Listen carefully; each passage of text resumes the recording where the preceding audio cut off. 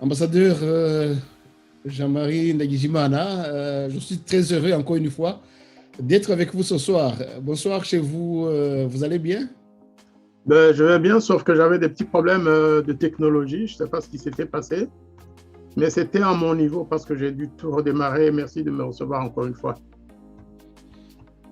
Je le disais, je suis très heureux ce soir pour être encore avec vous. Ça me permet encore une fois d'exercer mon français parce que là, Il ne faut pas oublier que vous étiez professeur, y compris de français. oui, mais il faut beaucoup d'exercices et là où je vis, Oui, c'est j'ai vrai. très peu d'occasion d'exercer mon français. Alors, avec le Ouais. temps, l'habitude du français s'opère et je dois encore une fois chercher les mots. Voilà, donc c'est Et je l'occasion. vous présente mes meilleurs voeux hein, pour l'année 2022. C'est vrai Et à que tous c'est nos un téléspectateurs, à tous nos auditeurs, pareil. Hein. dans ces émissions. Ouais. À mon nom propre et au nom de mes frères collègues de Radio Rumuri, nous vous souhaitons aussi des meilleurs voeux, de bonne santé, euh, bon, de paix chez vous, de Ouais, prospérité. c'est le bien le plus cher. Hmm. Voilà. J'ai préparé donc un thème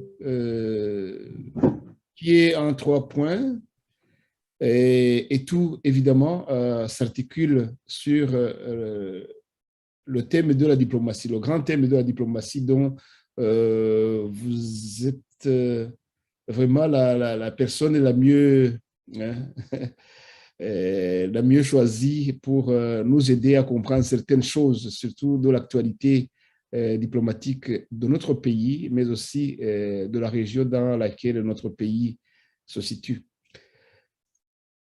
Nous allons tout de suite entrer dans la matière où euh, hier, où il y a eu changement. Hier, on ne s'y attendait pas vraiment.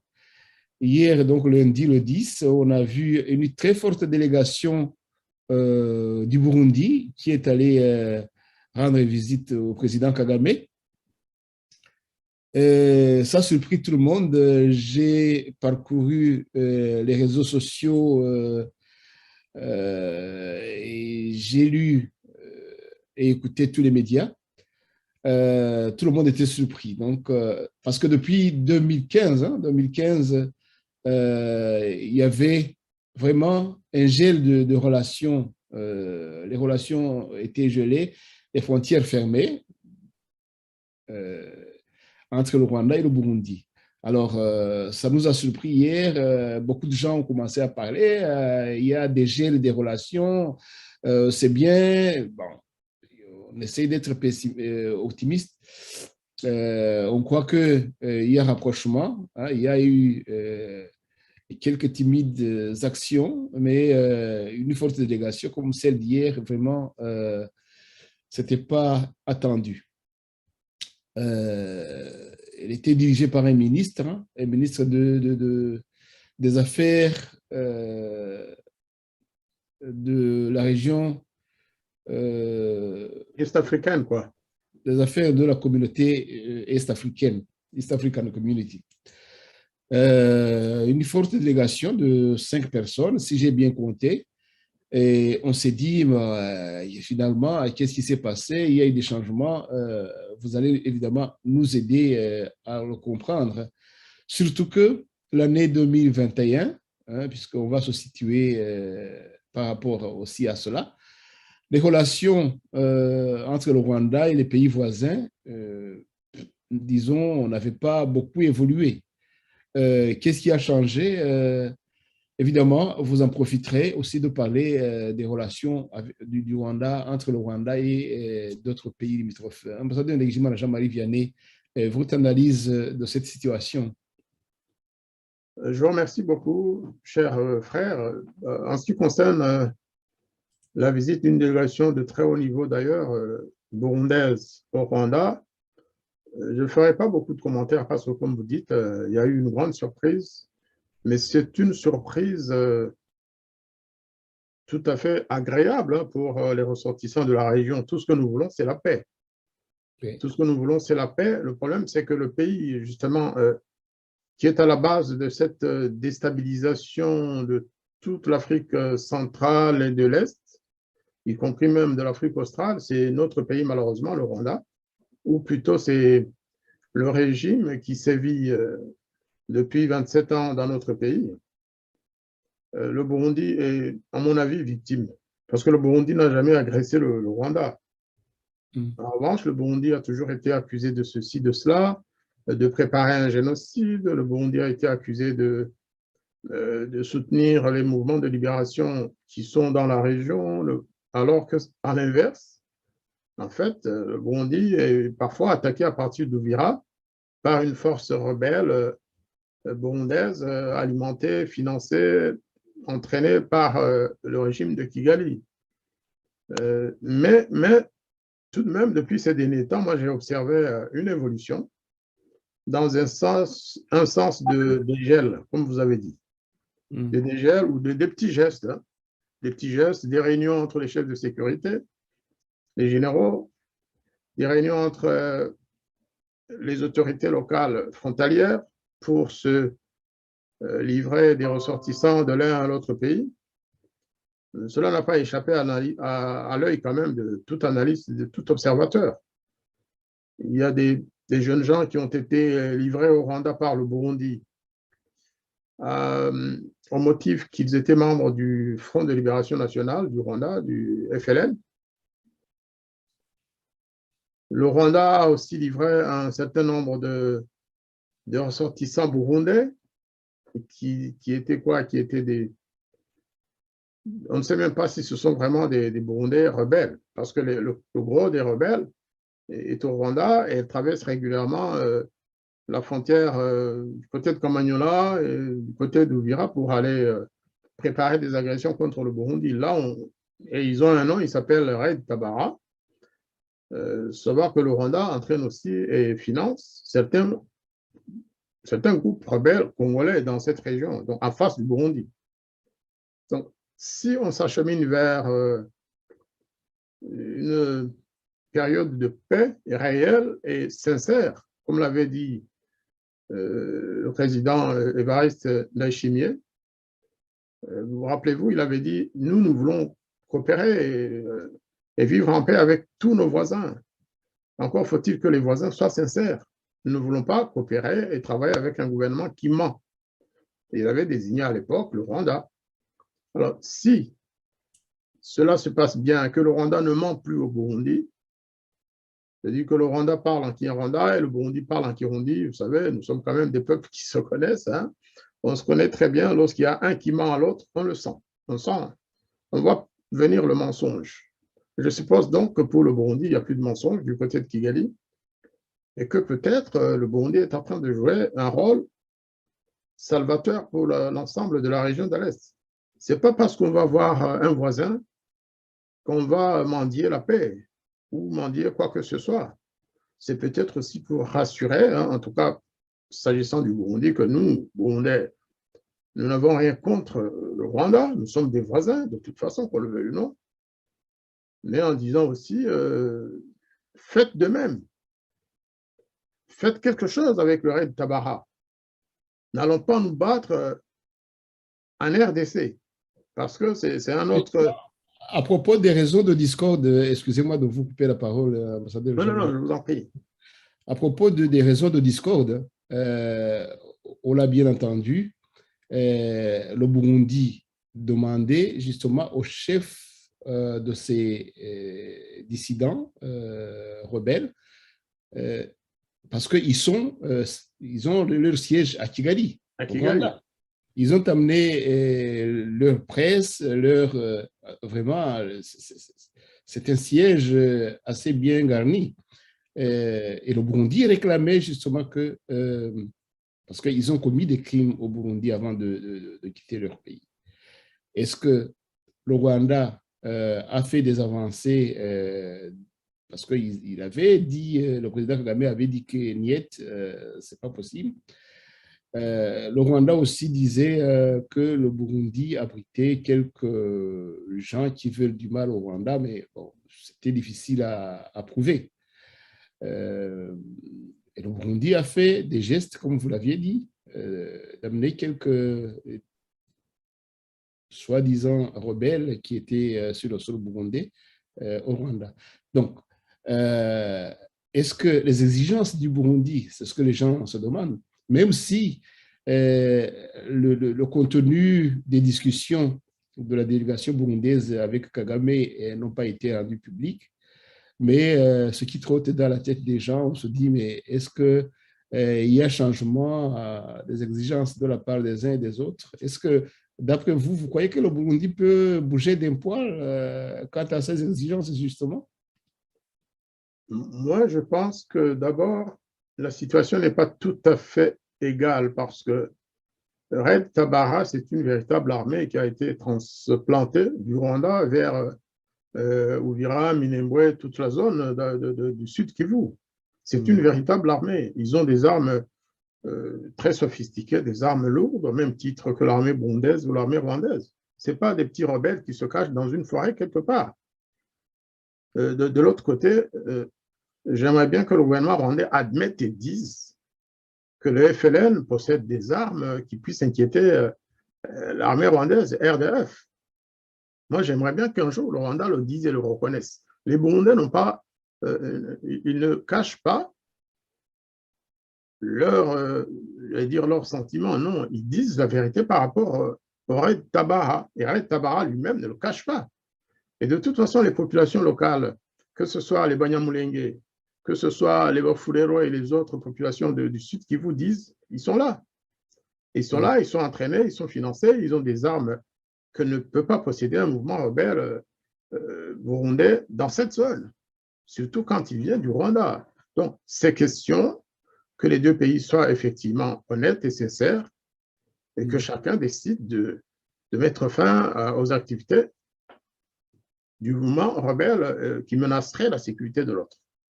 Mais moi, je voudrais bien que le gouvernement rwandais dise où sont situés les soldats du FLN. Est-ce que vraiment ils se battent pour que nous aussi on sache, qu'on sache la vérité? Comme le raid Tabara, on le trouve. On sait qui est là. Ils ont une radio au Rwanda. Ils ont des journaux qui paraissent au Rwanda, qui sont distribués. Ils ont des personnalités connues. L'ancien général qui a voulu faire le coup d'État de 2015 et ses acolytes. La dame, soi-disant chargée des questions des droits de l'homme, et qui en fait est un membre du bureau politique ou du conseil de Red Tabara. Tous ces gens-là, ils sont au Rwanda, ils sont logés par le gouvernement rwandais.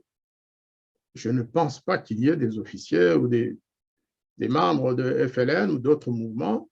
Souvent, le Rwanda dit Interahamwe, mais quels Interahamwe? Qui sont ces Interahamwe? Et que font-ils? Où sont-ils entraînés?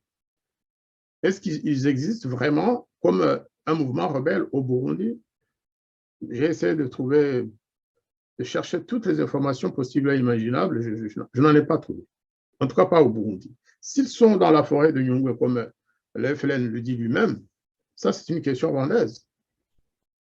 C'est une question rwandaise. Et ils n'attaquent jamais le Rwanda à partir du sol burundais. Donc là, une fois encore, sans prendre parti pour qui que ce soit, il s'agit maintenant des deux gouvernements de poser les bagages et de se dire, on met fin à cette tension, mais pas que entre le Burundi et le Rwanda. Parce que si le Rwanda passe par le Congo pour essayer de contourner le Burundi, c'est facile de dire nous ne sommes pas là, alors que c'est une armée tout à fait visible en RDC. Et la République démocratique du Congo elle-même le sait, elle le dit. Elle a une présence de Red Tabara dans la zone d'Ouvira, dans toute la zone d'Ouvira, à Minembwe, dans les hautes montagnes, sur les hauts plateaux, ils sont là. Les Banyamulenge eux-mêmes, dont on croyait au départ qu'ils étaient les alliés de Red Tabara, ils disent non. C'est l'arme absolue de Kagame pour poursuivre le génocide contre nous, contre le peuple Banyamulenge, contre les Banyamulenge qui ne veulent pas se battre du côté de Kagame. c'est les populations locales qui le disent. Les Bafulero disent la même chose. Les Babemba disent la même chose. Et toutes les populations du Sud Kivu. Au moins là, il n'y a pas de doute, il n'y a pas de discussion possible. Ils sont là et ils traversent à partir du Rwanda. Donc, espérons qu'on s'oriente vers la paix à la frontière des deux pays, parce que c'est dans l'intérêt de tous. Mais espérons surtout que le Rwanda arrête de poursuivre cette guerre absurde contre ses voisins. En parlant du Burundi, d'ailleurs, on peut, puisqu'il est question de l'East African Community, on peut parler directement de l'Ouganda. Vous savez qu'à Kampala, les journaux gouvernementaux ou autres écrivent, en tout cas c'est des journaux qui sont considérés généralement comme neutres, et, je dirais, pas gouvernementaux, c'est pas comme le journal Igihe par exemple. Ils disent que le Rwanda est en train d'infiltrer des militaires pour aller provoquer la violence du côté de Rutshuru et de Beni ailleurs, en fait pour saboter l'alliance ougando-congolaise entre les deux armées UPDF et l'armée congolaise. C'est écrit dans les journaux. Jusque-là, il n'y a pas de démenti côté du Rwanda, ou alors il y en a, mais très faiblement.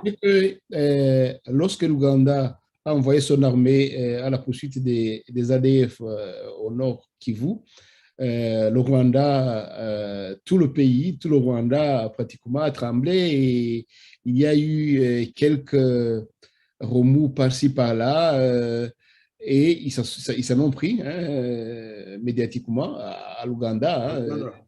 Ouais. Et puis, certaines langues aussi disent qu'il y a eu, on sait, la tentative d'envoyer des policiers à Goma, au nord Kivu, mais c'était un cheval de Troie qui devait transporter les troupes contrer les UPDF d'Ouganda qui sont au nord du Congo.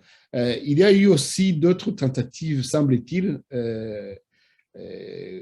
dont on ne parle pas. Mais en gros, le Rwanda donc, a senti que ça se rapproche, donc le conflit risque de changer de face parce que une fois que l'Ouganda était au nord Kivu et à l'est du Congo, le Rwanda ne pouvait plus espérer y poser les pieds. Alors, ça a été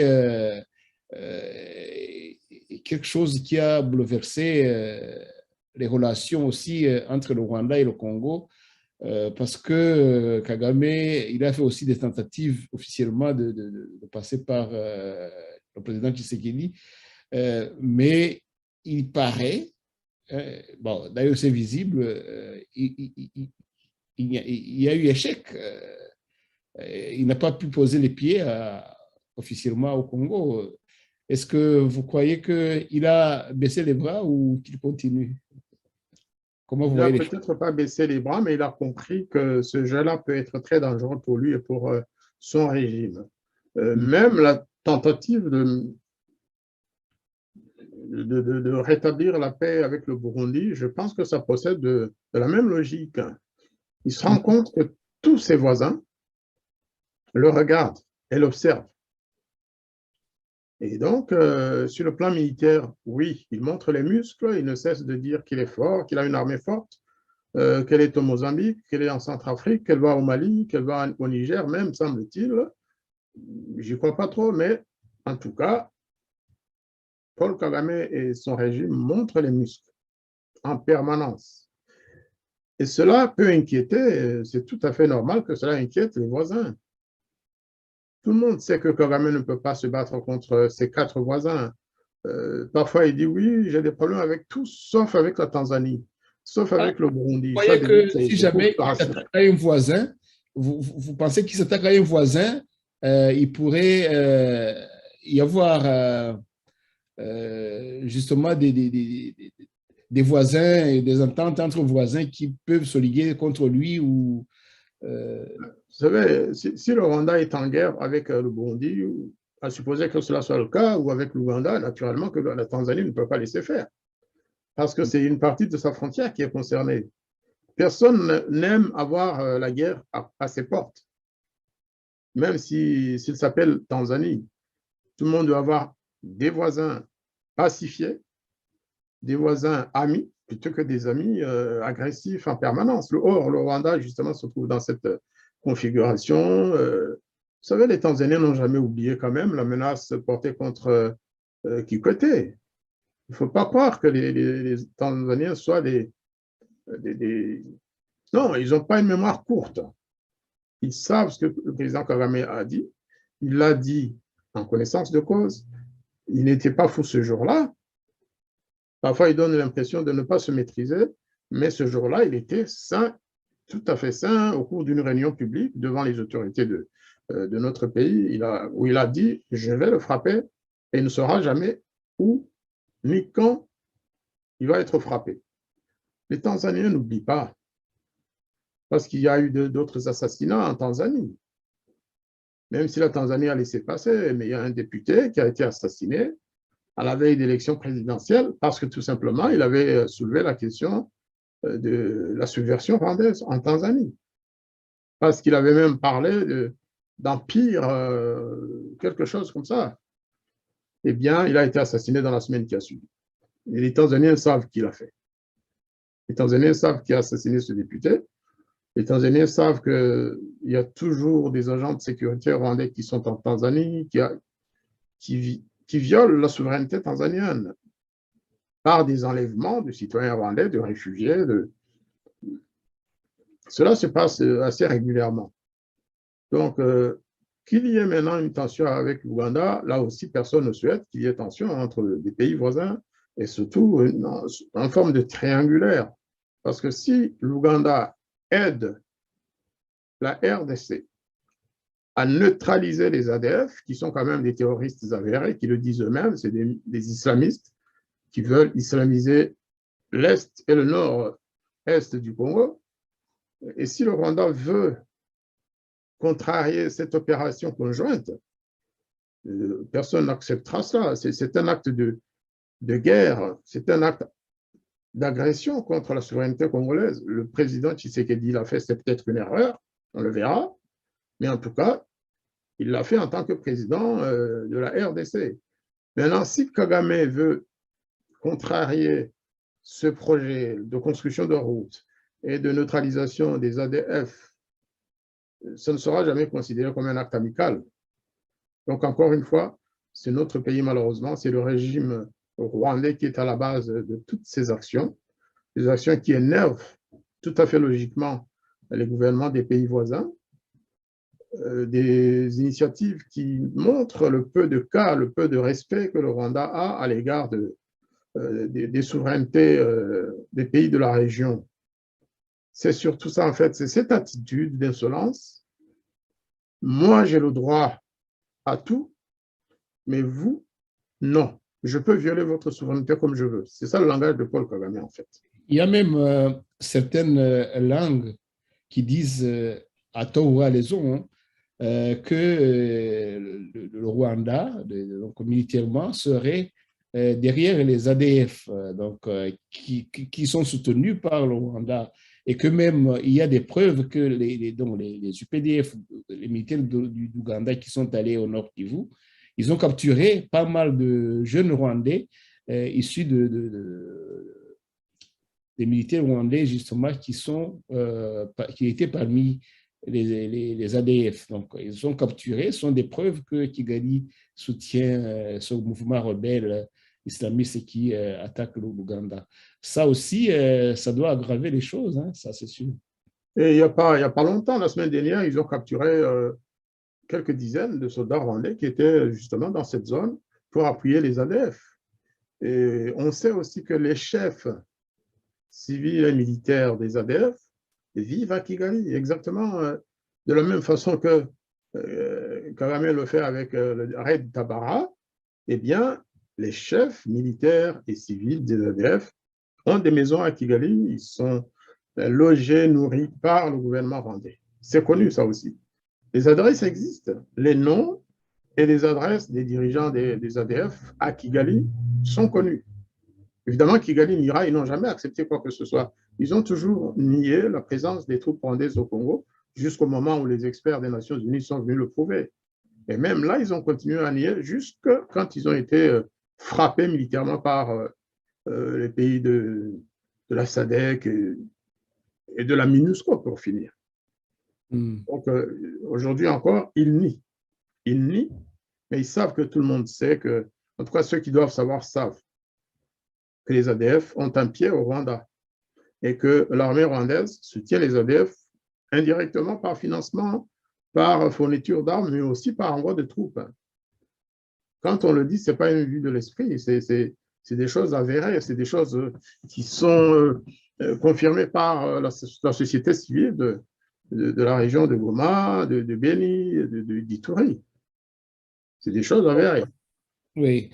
Si j'essaie de résumer un peu une bonne analyse que vous venez de nous faire des relations rwando-voisins, c'est que tous ces voisins, ils auraient du mal à mettre dans un plateau les relations individuellement avec le Rwanda et les relations qu'ils ont avec le reste des voisins du Rwanda. Donc, une fois que le Rwanda est en conflit avec un voisin, les autres, en tout cas, eux, ils ont de bonnes relations entre eux, tellement que le Rwanda serait seul à un plateau et les trois autres voisins dans un autre plateau. J'essaie de schématiser, mais... Tout à fait, tout à fait. Vous avez raison, cher frère. Moi, je pense que Kigali le veuille ou non, le leadership de la région se trouve à Kinshasa. Que nous le voulions ou non, moi, j'ai toujours pensé que le leadership naturel de cette région se trouve à Kinshasa. Il ne suffit pas d'avoir une armée forte aujourd'hui pour un pays comme le Rwanda pour penser dominer le Congo. C'est impossible. 96 n'existera plus. Aujourd'hui, si Kagame s'avise à vouloir traverser les frontières sous le soleil, devant tout le monde, vous savez, les conséquences peuvent être très, très lourdes. Parce que les Congolais en ont soupé, comme on dit chez vous en Belgique. Hein. Ils ne peuvent plus tolérer ça. Et même les Rwandais, d'ailleurs, ne peuvent plus supporter ça. Mais il y a une chose par ailleurs. Moi, je soutiens la thèse selon laquelle, tant qu'il sera au pouvoir, tant que Kagame se sentira obligé ou aura besoin de garder le même standing économique, trompe-l'œil, bling-bling, à l'égard des Rwandais et des étrangers, tant qu'il se présentera comme Singapour d'Afrique, moi je crains que Kagame n'abandonne jamais son idée non pas d'occuper vraiment de façon pérenne, mais de poursuivre ses menées pour faciliter les pillages des ressources minières et autres de la RDC. Parce que toutes les recherches qui ont été menées, et ça va peut-être sortir bientôt d'ailleurs, hein, mais les experts du Congo, les experts des Nations Unies qui ont fait des rapports ont montré l'importance des conséquences économiques que le Rwanda retire de ces pillages de la RDC. Et beaucoup d'économistes pensent que sans la RDC, sans la République démocratique du Congo, sans les pillages des ressources de la RDC, le Rwanda ne pourrait pas tenir économiquement. Parce qu'il a atteint un certain niveau de vie, un certain standing, bling-bling, de toute façon, qui n'apporte rien à la population de base. C'est au niveau de l'élite du régime. Ils ont un train de vie comme celui des Américains, sinon pire. Ils ont des salaires comparables à ceux des Américains, du gouvernement américain. Je pense que Kagame peut probablement avoir un salaire supérieur à celui de Joe Biden. Je vous assure. Hein? Et donc, pour garder train de vie pour pouvoir en fait finalement boucler son budget. Le Rwanda est quasiment forcé de poursuivre la déstabilisation du Congo, en tout cas de l'Est du Congo. Ça, il faut que les Congolais le sachent. Et il faut aussi que les Rwandais le reconnaissent, qu'ils sachent que sans le pillage des biens, des ressources, des mines de la RDC, sans les infiltrations continues pour faire ceci ou pour faire cela, regardez ce qu'ils sont en train de faire avec Rwandais à Goma, eh bien, les Congolais doivent savoir que Kagame n'abandonnera jamais l'idée de mettre la main sur une partie de ce pays. Sinon, c'est la chute. Sinon, c'est la débâcle et c'est la faillite du Rwanda, économiquement parlant. Certains bureaux des statistiques économiques disent que, en tout cas, le niveau d'endettement du Rwanda approche dangereusement les 80% du produit national brut. Donc, tout à fait. Ils ont besoin de et comme à l'est du Congo, justement, il y a un gros morceau de fromage pour une petite souris qui se trouve au Rwanda, je pense que la tentation est très forte. La tentation est très forte. Vous savez, le Burundi aussi a beaucoup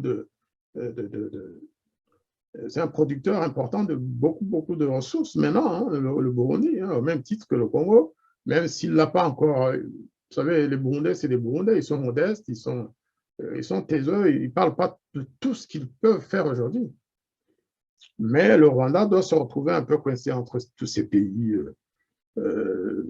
entre ce qu'il prétend avoir comme coltan, qu'il n'a pas, qui pille au Congo, entre tout ce que le Burundi peut avoir d'uranium ou autre, que le Rwanda n'a pas. Je comprends que Kagame veuille prendre un profil moyen, parce qu'à l'allure actuelle, le Rwanda va tomber en faillite. Dès que l'Est du Congo sera stabilisé, dès que la frontière sera sauvegardée, éventuellement par l'alliance entre l'Ouganda et la RDC, malheureusement, nos parents vont souffrir parce que, ils souffriront jamais plus qu'ils ne souffrent aujourd'hui parce qu'eux ne profitent pas de ces pillages. Hein. Mais le Rwanda officiel. Le peuple congolais, parfois, on n'en parle pas dans ces relations, mais le peuple congolais a un mot à dire au Congo. Hein. On l'a vu dernièrement, les journées, comment ils appelaient ça Ville morte. Les journées villes mortes qui ont été organisées au nord à Goma et au sud à Bukavu en disaient long, hein, parce que si même les officiels du Congo, de la RDC, prenaient des décisions, je pense qu'ils doivent compter avec la volonté de la population de l'Est du Congo. Exactement. Lorsqu'on voit comment la population réagit en RDC, au Rwanda, vous savez, si les citoyens rwandais faisaient la moitié de ce que font les Congolais à Goma, ou à Kinshasa, ou au Kasaï, lorsque le président Tshisekedi va visiter sa région d'origine, les Congolais ne se taisent pas. Ils font des choses. Au Rwanda, cela n'existe pas. Justement, c'est pourquoi tout cela ne peut pas être analysé sans voir l'aspect droits humains. La société civile rwandaise, elle ne peut pas faire ce que celle congolaise fait. La société civile congolaise, elle est très active, elle est organisée, elle est forte. Et en fait, c'est que l'État congolais la respecte. C'est ça aussi la différence. Et je pense que le président Tshisekedi et son gouvernement savent qu'ils ne peuvent rien contre la volonté de la population congolaise. Et cela a été montré, comme vous l'avez si bien dit, par les manifestations de Goma, où il y a eu même des policiers ou des militaires congolais morts, tués par les civils. C'était effrayant. Cela n'est pas possible. Donc, un jour ou l'autre, on doit s'attendre à ce que le gouvernement de Kagame cède. Il vaut mieux qu'il commence à s'habituer à vivre dans un standing moyen. Le bling-bling, ça ne va plus passer dans les jours à venir. Il n'y aura plus de ressources.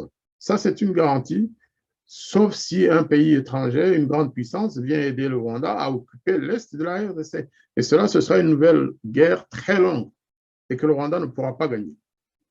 Surtout que les Rwandais aussi à l'intérieur il commence un peu bon, à oser parler, à élever la voix parce que on a faim et à un certain niveau, qu'on le veuille ou pas, on parle. Hein, La différence entre le Rwanda et ses voisins, c'est que au Rwanda, on peut tuer, on peut emprisonner tous les jeunes youtubeurs. Kagame peut décider d'exiler tel de force ou de le faire disparaître sans que personne ne vienne lui poser de questions. Mais au Burundi, croyez-moi, on ne va pas fermer toutes les chaînes YouTube ou arrêter toute la société civile. Il y a une presse d'abord indépendante. Au Rwanda, il n'existe pas. Les seuls qui essayaient, c'est justement les jeunes YouTubeurs qui sont tous aujourd'hui en prison ou morts ou exilés. Oui, on ne se rend pas compte de la terreur qui règne au Rwanda. Souvent, on parle, oui, la paix, mais la paix au Rwanda, entre le Rwanda et les autres pays, très bien. Mais la paix à l'intérieur, alors, quand nos enfants, nos neveux et nièces sont en prison parce qu'ils ont ouvert des chaînes YouTube. Nous allons tout à l'heure parler justement de la situation des droits de l'homme à l'intérieur du pays, tout à l'heure, mais si vous me le permettez, puisqu'on est encore avec donc au niveau des relations avec d'autres pays et au niveau de ce qui est en dehors du Rwanda, je voudrais que vous nous parliez un peu justement de cette actualité des Rwandais qui ont été trouvés donc sans crime, donc sans tâche par le tribunal pénal international du Rwanda, et qui n'ont pas été donc appréhendés, donc qui ont été libérés, alors, bon, pas libérés, mais bon, trouvés innocents, et d'autres qui ont terminé leur peine. Alors, les 9 personnes qui devaient être,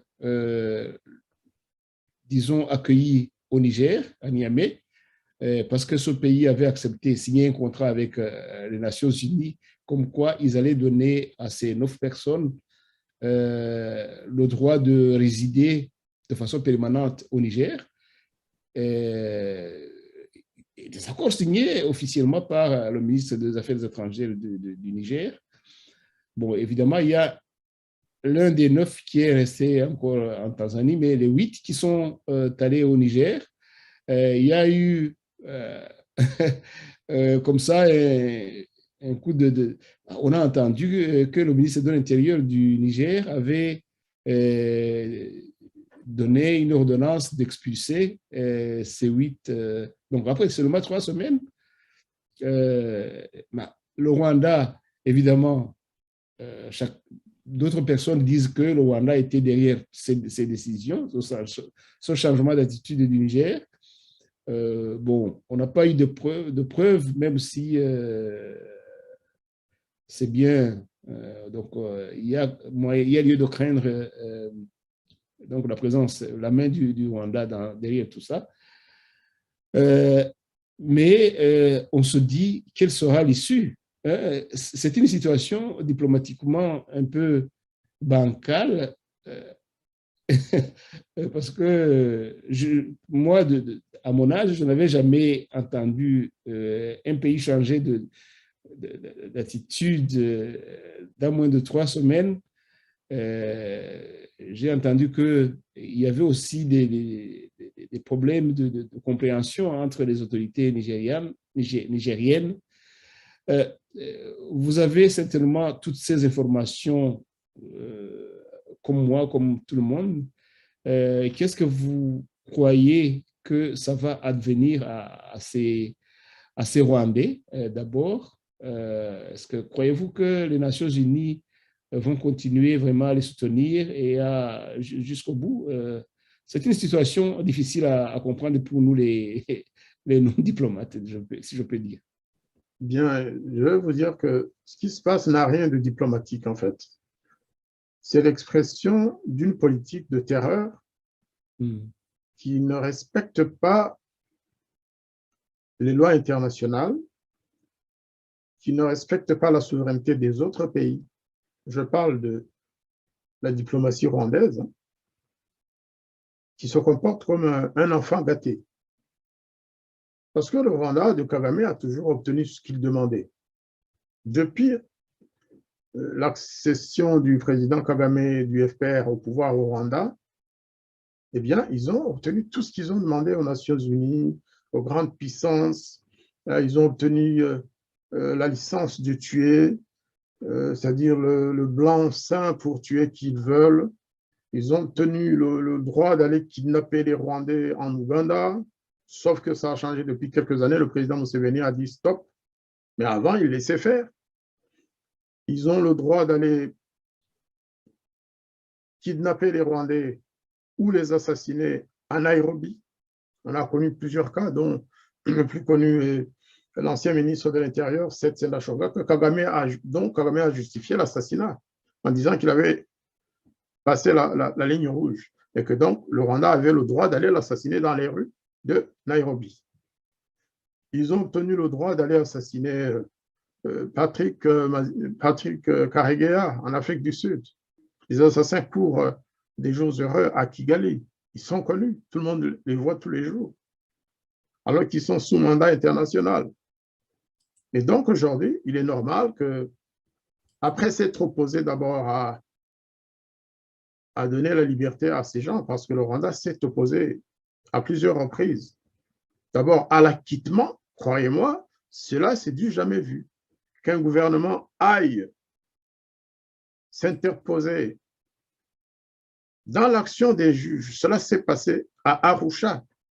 Le Rwanda a envoyé des délégués pour aller demander aux juges de ne pas acquitter.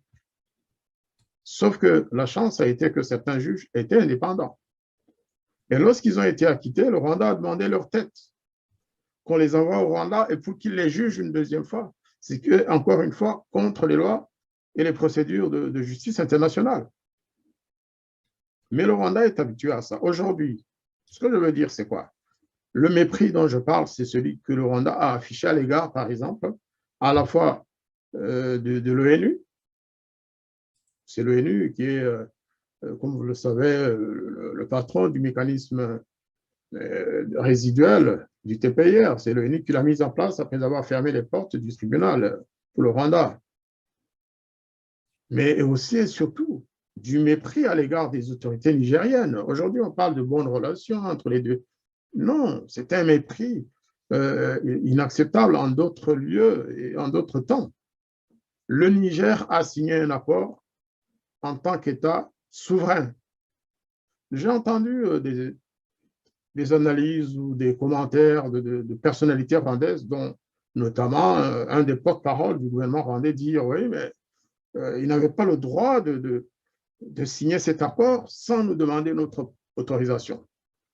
Tout de même, le Rwanda, c'est vrai, c'était membre de la communauté internationale comme tous les autres États. Mais lorsque le Rwanda va signer des accords avec qui il veut, il ne va pas demander l'autorisation du Niger, même s'il y a un Nigérien concerné. Lorsque le Rwanda reçoit des terroristes de renom qui ont terminé leur peine aux États-Unis ou qui, pour des raisons ou d'autres, ont été, j'allais dire, expulsés des États-Unis, qu'il les reçoit chez lui, au Rwanda, des terroristes reconnus internationalement. Est-ce qu'il va demander l'autorisation du pays d'origine de ce terroriste? Est-ce qu'il va demander, par exemple, le droit de travailler avec des terroristes d'origine mauritanienne ou marocaine ou tunisienne ou du Moyen-Orient? Non, il le fait. Donc, c'est ce que j'observe d'abord. C'est un mépris des autres. La souveraineté des autres, ça ne nous intéresse pas. Ce qui nous intéresse, c'est d'assouvir notre vengeance. Quelqu'un a été jugé. Il est resté en prison pendant des années, une vingtaine d'années presque pour certains. Enfin, il sort de la maison où ils étaient consignés, ils étaient 9. Et il y en a un qui est resté, vous l'avez dit, c'est M. Jérôme Michamubaka, parce que pour des raisons médicales, il ne pouvait pas quitter la Tanzanie ou le Kenya. On a dit qu'il était peut-être malade au Kenya. Et c'est son droit, c'est une personne humaine. S'il est malade, il doit se faire soigner. Les 8 autres qui sont à Niamey, pourquoi Kigali voudrait-il que le Niger les envoie à Kigali contre leur volonté? Parce qu'ils n'ont jamais demandé eux. Vous savez, ce qui a étonné beaucoup de gens, c'est justement cette pitié, cette compassion du Rwanda pour ces gens-là, Oui, maintenant, juste maintenant, alors qu'ils ont passé certains 8 ans en stand-by en Tanzanie. À ce moment-là, les 8 années, le Rwanda, on les aurait mis à profit pour demander que ces gens ils viennent au Rwanda. Ils n'ont rien fait. Et maintenant qu'ils trouvent un pays qui va leur donner, disons, un permis de s'installer de façon permanente, c'est là que la compassion vient. Aloïs, vous connaissez le proverbe rwandais qui dit que c'est une fausse compassion à la manière des hyènes. Imsisi. L'hyène, quand elle pleure la mort de ton enfant, tout simplement la souffrance, c'est qu'elle veut le manger. C'est ce qu'on dit en Kinyarwanda. Donc, pour nous, la pitié ou la compassion de Kigali à l'égard de ces Rwandais qui ne veulent pour un sou retourner au Rwanda, eh bien, elle est suspecte. Ce n'est pas une pitié, ce n'est pas une compassion, ce n'est pas un amour c'est pas une façon de défendre. C'est pas comme ça qu'on défend les intérêts de ses compatriotes. La première attitude du gouvernement rwandais devrait être de dire, écoutez, mes compatriotes, ils sont enfin libres, laissez-les aller où ils veulent. C'est ça. Voilà, c'est ça l'attitude normale et naturelle. Les autres pays se battent pour aller libérer les otages. Le Rwanda, lui, envoie un avion faire le pied de grue à l'aéroport de Niamey en attendant qu'on lui livre des gens qui ont été acquittés ou qui ont été libérés après avoir fait toute leur peine. C'est vraiment inacceptable. Mais je viens En de fait, passer ça plus de rappelle 20 aussi, ans. ça rappelle le kidnapping de Paul Rusesabagina, parce que le jet qui a enlevé Paul Rusesabagina de Dubaï attendait depuis quelques jours ou depuis quelques heures à Dubaï. Et donc, nous devons vraiment continuer à condamner, à dénoncer cette attitude. En ce qui nous concerne, dans les organisations auxquelles nous participons, nous l'avons fait. Nous avons informé le gouvernement du Niger du bien fondé de l'accord que le Niger a signé avec les Nations Unies. Donc, attendons les 30 jours, mais poursuivons quand même les pressions, parce que le Niger est un pays c'est un pays modèle, en fait, en Afrique. Hein. Les Nigériens sont des gens très sérieux. C'est des gens qui ne sont pas agressifs. C'est des gens je suis sûr qu'ils ne comprennent pas cet acharnement du Rwanda. Mais il y a quelque chose de bien derrière tout ça. En Ouganda, le Rwanda n'aurait jamais osé faire une telle démarche. Au Burundi non plus. En RDC, oui, ils pensent que les Congolais n'ont pas les yeux ouverts, mais ils se trompent lourdement. Ils ne peuvent pas faire la même démarche en Tanzanie. La preuve, c'est que les 8 ou les 9 sont restés à Arusha pendant des années. Le Rwanda n'a jamais osé aller poser cette question au gouvernement tanzanien. Mais ce qui est bien dans tout ça, c'est que enfin, en Afrique de l'Ouest, si tout se passe bien, et je pense vraiment que le Niger ne va pas extrader nos compatriotes sans raison, au moins ce sera l'occasion pour eux de découvrir la vraie nature du régime qui dirige le Rwanda. Nous devons poursuivre notre travail, le dire, le dénoncer. Et nous devons citer ce cas comme un modèle de terreur et de terrorisme international développé par le régime de Kigali en Afrique et ailleurs. Ce n'est pas acceptable. Justement, avant de quitter le cas de ces Rwandais qui sont donc à Niamey, les gens se demandent est-ce que le Niger peut ou a le droit d'envoyer ces gens au Rwanda unilatéralement, parce que ces gens n'appartiennent pas au Niger. Ils appartiennent aux Nations Unies, d'ailleurs, il y a eu donc des écrits ou des déclarations du mécanisme qui traite des problèmes, des questions résiduelles du TPIR. des écrits qui ont dit, voilà, ces gens-là, d'ailleurs, ils ont eu disons, je ne sais pas comment on peut dire ça, mais une injonction, une sorte d'injonction du tribunal des Nations Unies qui ont dit, voilà, ces gens-là, si vous voulez qu'ils quittent votre territoire, nous avons des accords avec vous, donc gardez-les pendant que nous allons discuter de comment nous allons traiter la question. Et le Niger s'est exécuté, si je peux dire, hein, parce qu'ils ont accepté de les garder encore 30 jours au lieu de 7. Okay. Et est-ce que le Niger a le droit sur ces gens-là? Est-ce qu'il peut décider unilatéralement, voilà, je vous prends, je vous envoie à Kigali sans l'accord des Nations Unies comme ça? Je me pose les questions avec une telle question parce qu'il y a beaucoup de gens qui se posent vraiment la question. Alors, moi, mon avis, c'est que le TPIR, puisque c'est quand même ce qui reste, le mécanisme résiduel, c'est un résidu du TPIR. Et le TPIR a aussi des bureaux à La Haye. Au même titre que, parce que là, La Haye, c'est la Yougoslavie, le Rwanda. Et moi, je pense que le mécanisme résiduel ne va pas décider de les rapatrier, de les ramener à Arusha. Ça ferait vraiment désordre. Et même pour la Tanzanie, ce ne serait pas une bonne chose. Parce que la Tanzanie a été avertie en tant que partie intéressée. En fait, il y avait 3 parties. Il y avait les Nations Unies, le mécanisme, hein, il y avait le Niger, et il y avait la Tanzanie, le gouvernement qui accueillait ces gens. Et donc, la Tanzanie a déjà pris les mesures nécessaires administrativement, diplomatiquement, pour transférer nos 9 compatriotes à Niamey. Parce qu'il y a eu un accord dont la Tanzanie a reçu copie pour lui dire, voilà, les autres que vous aviez chez vous, eh bien, ils quittent votre territoire désormais. Ce n'est plus vous qui les gérez en tant que citoyens vivant sur le territoire, même s'ils étaient sous la coupole des Nations Unies. Et donc, moi, j'imagine que l'alternative suivante puisse être envisagée. Si le Niger ne veut pas les garder, what next? Où est-ce qu'on va les envoyer après? Moi, la chose la plus légitime, ce serait par exemple de les amener à La Haye. La Hollande ne veut pas se mêler des affaires internes aux Nations Unies. Sinon, ce serait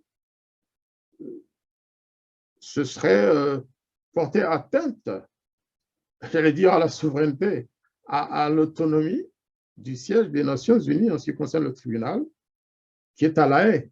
Donc, cette possibilité existe. C'est juste question de mobiliser les ressources, parce que j'imagine que ce que coûte un réfugié, oui, c'est des réfugiés acquittés, des anciens prisonniers de cet organisme. Ce que ça coûte en Tanzanie, ce n'est pas la même chose qu'à La Haye, donc il faudra augmenter un peu le budget. Et pour finir, est-ce que ce serait une mauvaise chose pour nos compatriotes? Moi, je pense que non.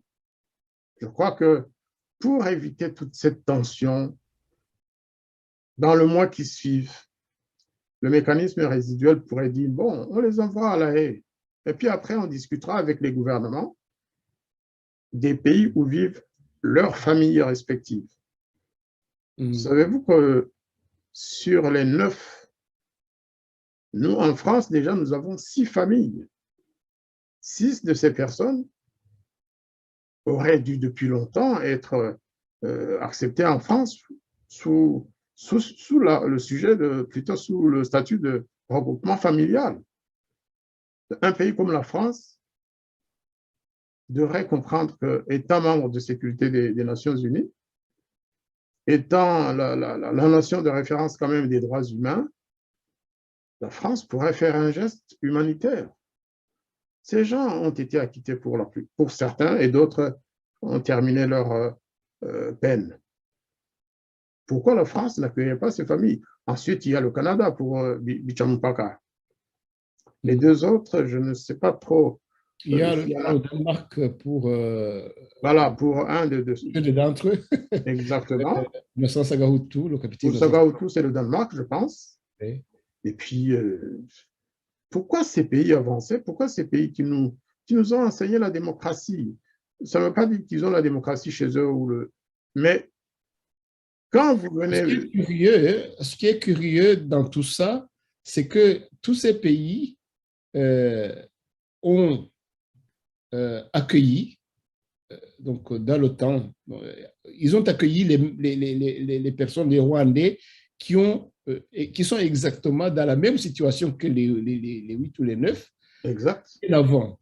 Alors on se dit, mais pourquoi ces pays font deux poids, deux mesures?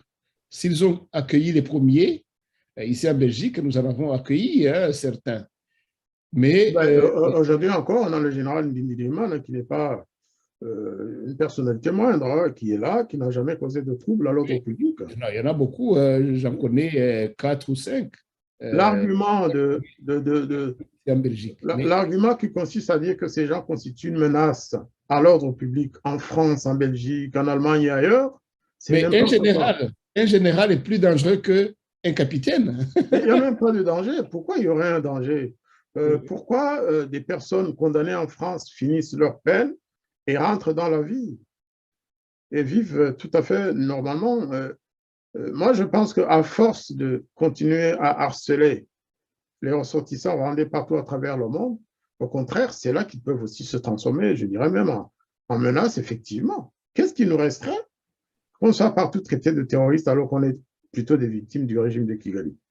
Donc là, vraiment, si nous avions un appel à lancer, ce serait aussi, et d'abord, à l'égard de la France, qui a 6 personnes parmi ces 9 acquittés qui ont leur famille en France. La famille, c'est la nation qui se prévaut d'avoir été à l'origine des droits de l'homme. En La plus, vous France, parlez des droits de l'homme, justement, bon, je pense que on ne peut pas justement épuiser tout ce qui est sujet diplomatique pour le Rwanda. C'est vraiment un océan. Mais puisqu'il nous reste quelques 10 minutes, je voudrais justement qu'on parle des droits de l'homme, puisque vous en parlez, et spécialement à l'intérieur du pays. Le Rwanda a été vraiment la cible des organisations des droits de l'homme, des organisations internationales des droits de l'homme, parce que vous en avez parlé tout au long de cette émission. Le Rwanda est assez agressif à l'égard de sa population, qu'elle soit à l'intérieur, qu'elle soit à l'extérieur. Agressif, c'est peut-être moins peu dire, parce qu'il y en a qui disparaissent, il y en a qui... Aujourd'hui, j'entendais un cri de détresse des jeunes de 33 ans qui a perdu, hein, donc dont la famille, la femme, les enfants, 3 enfants, je crois, viennent de disparaître. Et les raisons, selon justement le cri d'alarme de ce jeune, c'était qu'il il était en ligne de mire par le gouvernement du FPR, donc par le président Kagame. Donc, les droits de l'homme au Rwanda, surtout si on regarde, comme je l'ai dit, l'année 2021, c'était vraiment catastrophique. Je dis à nos auditeurs que vous êtes un militant, un vieux militant des droits de l'homme, parce que vous êtes impliqué dans plusieurs organisations rwandaises et internationales pour les droits de l'homme. Je voudrais justement votre avis sur les droits de l'homme au Rwanda en 2021. Est-ce qu'il y a eu des améliorations? Est-ce qu'il y a eu des aggravations? C'est un bilan qui serait vraiment intéressant à analyser venant justement de vous, de quelqu'un comme vous qui avez un regard assez large et assez reculé de la situation. Ambassadeur Negijima Jean-Marie Vianney. Alors moi, je vais vous étonner. Pour moi, le taux de violation des droits de l'homme au Rwanda n'a jamais été aussi élevé. En termes généraux, je peux dire que avant, bien sûr, les droits étaient violés au quotidien, mais aujourd'hui, c'est devenu quelque chose de très banal. Il n'y a qu'à écouter, vous l'avez dit, les témoignages de certains qui ne retrouvent plus leur famille depuis quelques années. Je parlais d'un jeune dont la femme, les enfants ont été enlevés, je pense, et qui ont disparu. Mais j'ai aussi vu le témoignage d'un homme qui a passé plus de 3 ans en prison. Le journaliste lui demande dans quelle prison il était, il dit « je ne sais pas ». Tout ce qu'il peut savoir, le seul témoignage qu'il peut faire, c'est de montrer sa bouche, pour montrer qu'il n'a plus de dents, qu'on lui a arraché sous la torture toutes les dents. Et qu'aujourd'hui, on lui demande de ne pas se présenter pour la vaccination. Donc, il est dans une sorte de cercle vicieux. On lui dit, vous ne pouvez pas sortir de chez vous. Mais le lendemain, on l'appelle pour aller se faire vacciner. Et quand il tente de sortir pour aller se faire vacciner, on lui dit, on va vous arrêter parce que vous n'avez pas le droit de sortir. Et le pauvre, il est dans une situation kafkaïenne jamais vue. Entre-temps, il a perdu ses 4 dents. Entre-temps, il risque d'être arrêté de nouveau. Mais vous avez aussi suivi le procès de Tchouma Hassan hier à Kigali, au tribunal, je pense, de grande instance. Eh bien, il a aussi fait un témoignage, même si les gens n'avaient pas le droit d'enregistrer ou de filmer dans la salle d'audience, mais ils ont écouté ce qu'il a dit. Tchouma Hassan raconte que depuis qu'il est en prison, eh bien, il a le droit de voir le soleil, en Kinyarwanda, ça veut tout dire, pendant 1 heure par jour. Le reste du temps, il est dans une cave obscure, enchaîné, et il a commencé à perdre la vue. C'est un jeune, je pense, entre 30 et 33 ans. C'est un jeune homme.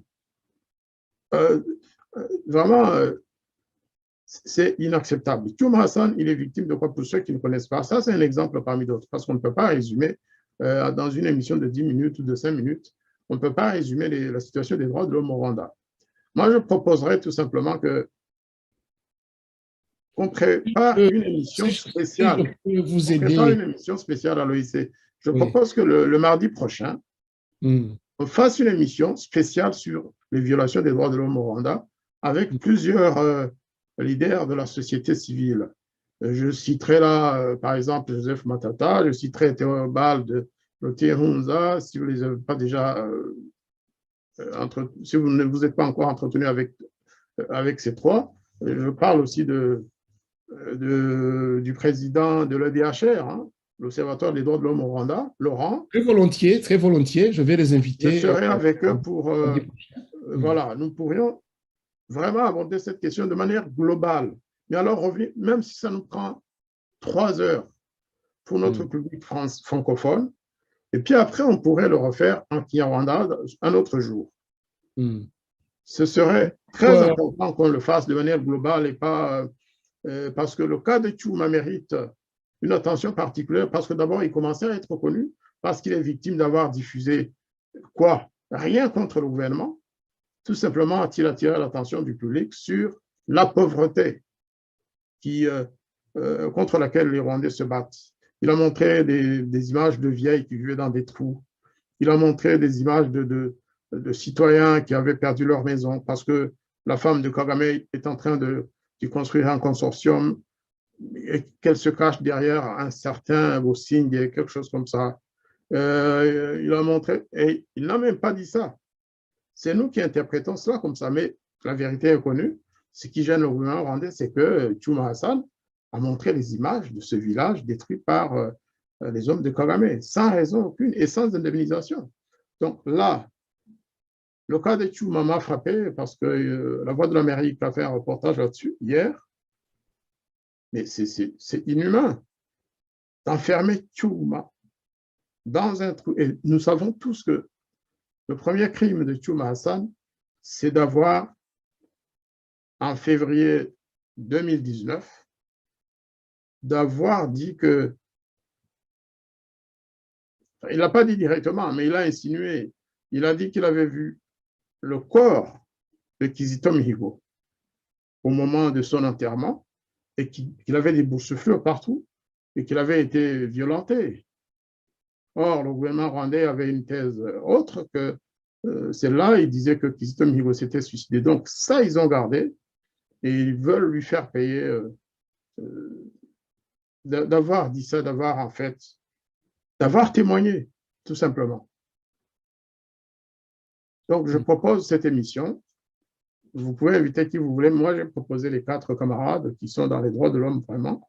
Mais il y a aussi les jeunes de Jambo et des autres organisations qui pourraient participer à cette émission, que ce soit vraiment élargi et qu'on ne parle que des droits de l'homme ce jour-là.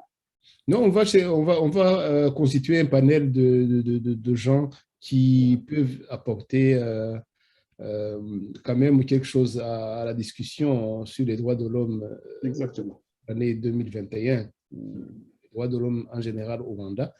Mais quand même, avant de conclure notre émission, en quelques phrases, 2021 a été, vous l'avez dit, catastrophique.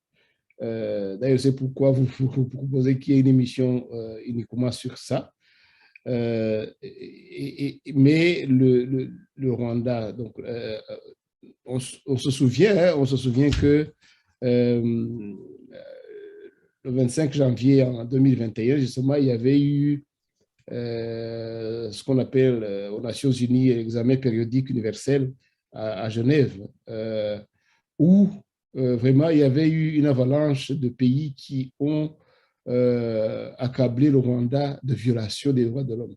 Vous croyez que le prochain, dans 3 ans, je pense que ça se passe dans 3 ans, chaque 3 ans, vous croyez que si jamais il y avait eu examen périodique universel aujourd'hui, après, une année après, ça serait plus grave encore que ce qu'ils ont condamné à ce moment-là? Malheureusement, oui, je pense, parce que lorsqu'on est allé aussi loin, on ne s'arrête plus. On le disait déjà à l'époque d'Idi Amin, on disait Idi Amin a commencé à tuer, il tue, il tuera demain. Parce que lorsque vous êtes au niveau de terreur que les Rwandais connaissent sous le régime de Paul Kagame, vous avez un régime qui commence à avoir peur de tout le monde. C'est-à-dire que Tchouma est en prison, le père de Tchouma qui vient lui rendre visite, il va en prison. Demain, si sa maman vient, elle va aller en prison. Le Théoneste, le patron du journal, c'est quoi? C'est Mouavou. Voyez-vous, qu'est-ce qu'il a fait? Quel crime a-t-il commis? Il a été condamné, il a été mis en prison pour avoir voulu organiser une réunion avec des camarades pour parler des droits de l'homme, justement, de Ingabire Ledel. C'est pas lui qui organisait. Lui, il était journaliste. Il allait passer en direct une émission. Voilà. Sur sa chaîne YouTube. Hein. Et donc là, il est considéré comme un complice. Il ne l'a même pas fait. Il ne l'a même pas fait. Il ne l'a pas fait. Il est condamné pour avoir imaginé, pour avoir accepté de passer une émission en direct. Et il est en prison depuis plusieurs mois. Vous savez, quand vous êtes là, vous ne pouvez plus reculer. C'est un régime qui ne peut plus reculer. Mais puisque vous parlez des rapports des commissions de Genève, eux, ils ont fait leur travail. Vous savez comment fonctionnent les Nations Unies et ces institutions. Ils font des rapports. Après tout, quel rapport, à ce jour, peut se targuer d'avoir approché le rapport mapping? Le rapport mapping, c'est un dossier très, très lourd. Un rapport fait avec le plus grand sérieux sur plusieurs années par une équipe pluridisciplinaire choisie parmi les meilleurs juristes, les meilleurs sociologues, les meilleurs... Mais le rapport est là. Le travail que nous devons faire, c'est de garantir et d'assurer le suivi de tous ces rapports. Ce n'est pas les experts asiatiques ou américains du Sud ou américains du Nord ou canadiens qui ont fait ces rapports qui vont les mettre en pratique. En fait, ils nous servent, ils nous disent voilà ce que vous ne saviez pas, Voilà notre contribution, à vous d'y aller. Donc, pour moi, une fois encore, je dis que ce sont les Rwandais qui sont interpellés. On ne doit pas se contenter et applaudir ces rapports, et puis chacun retourne avec sa petite famille, se balader, voilà, pour le Nouvel An, pour Noël. Nous devons poursuivre la lutte pour qu'il y ait un changement radical dans ce pays. Quand je dis radical, ça ne veut pas dire violent. C'est un changement, vrai changement.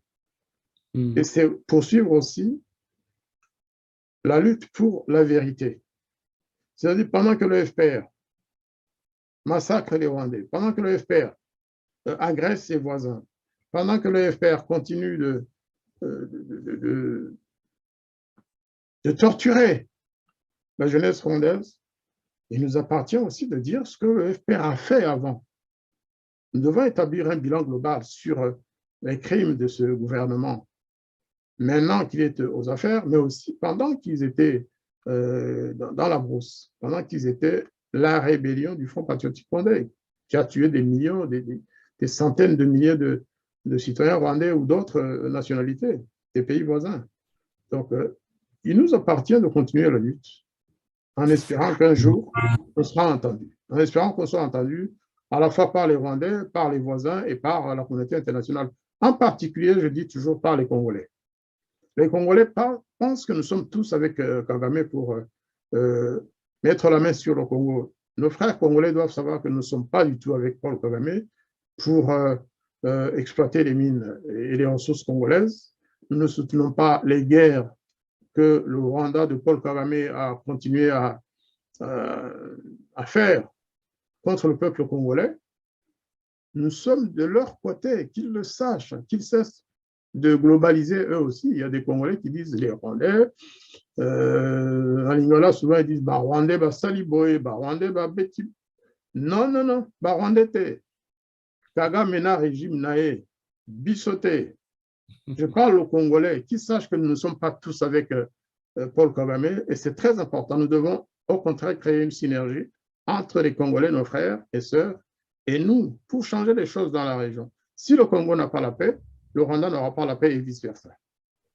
Je voulais vraiment terminer sur cela et surtout adresser quand même un message à Paul Kagame et à ce régime qu'ils arrêtent cette course vers l'apocalypse. Ça va mal finir. Si ça ne s'arrête pas aujourd'hui, demain, ça va mal finir. On ne sait pas qui sera victime de cette fin apocalyptique. Voilà, je vous remercie, ambassadeur Jean-Marie Ndegijimana, pour cette soirée, et pour votre analyse sur la situation diplomatique du Rwanda, entre le Rwanda et ses voisins, et même une relation assez agressive entre le gouvernement de Kagame et ses citoyens. C'est une situation maintenant que ce soir, vous nous rendez beaucoup plus clair. Je vous remercie et je vous souhaite donc de continuer cette année malgré tout dans la joie et dans la paix. Et j'espère que mardi prochain, justement, vous serez là parmi notre panel, les gens de notre panel qu'on va inviter sur les droits de l'homme. Voilà, merci beaucoup et je vous souhaite une excellente, très excellente soirée chez vous en France.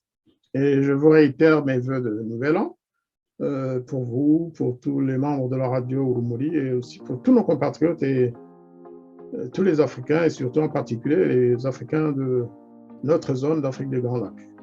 Merci Aloïs. Merci et à mardi prochain. Merci.